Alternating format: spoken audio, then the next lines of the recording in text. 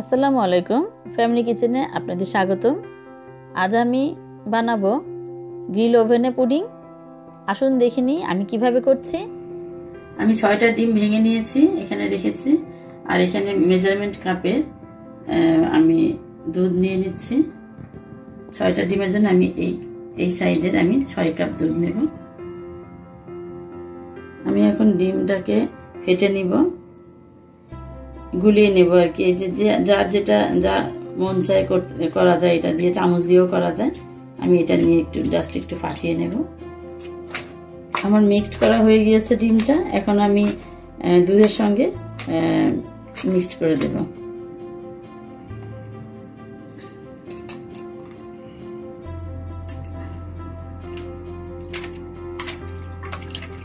এখন আমি এটা ভালোভাবে একটু মিক্সড হয়ে গেলে চিনি দেব। এখন আমি চিনি দিয়ে দিচ্ছি। চিনিটা এটা যার যার স্বাদ অনুযায়ী 1 কাপ চিনি দিচ্ছি আমি। যার যার স্বাদ অনুযায়ী দিতে হবে। এটা ভালোভাবে আমি মিক্সড করে নেব যেন চিনিগুলা গলে যায়। অবশ্যই এই মিশ্রণটিকে ছেঁকে নিতে হবে এরকম একটা নেট দিয়ে, তাহলে পুডিংটা অনেক স্মুথ হবে। আমি ক্যারামেলটা করে নিয়েছি। আমি চুলা বন্ধ করে দিব এবার। এখন আমি ঢেলে নিচ্ছি পাত্রে। চুলাটা বন্ধ করে দিই।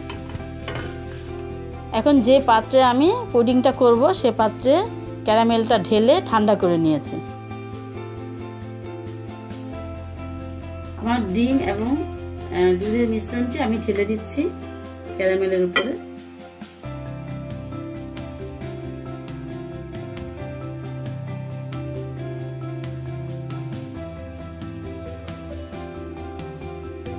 এখন আমি এটা ওভেনে বেক করব 40 মিনিট। নিয়ে নিচ্ছি ওভেনে। আমি ওভেনের ভিতরে দিয়ে দিয়েছি। আমি এখন এটা বন্ধ করে দিলাম এবং আমি দিয়ে দিচ্ছি 200 ডিগ্রিতে।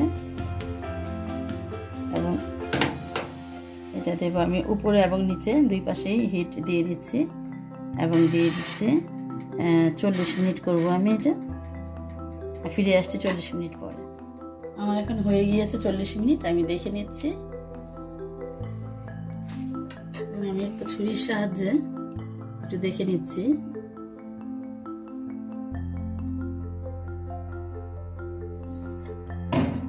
কিছু লেগে নেই, আমার মনে হয় হয়ে গিয়েছে। পুডিংটা ঠান্ডা হয়ে গিয়েছে। তা এখন আমি একটু সাইডটা আস্তে করে ছুরি দিয়ে একটু কেটে নিতে হবে। এতে করে খুব সুন্দরভাবে উঠে চলে আসবে।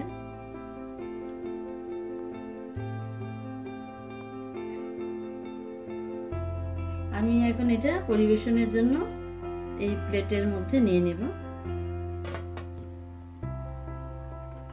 উল্টে নিয়েছি, এখন আমি এটা উঠাবো।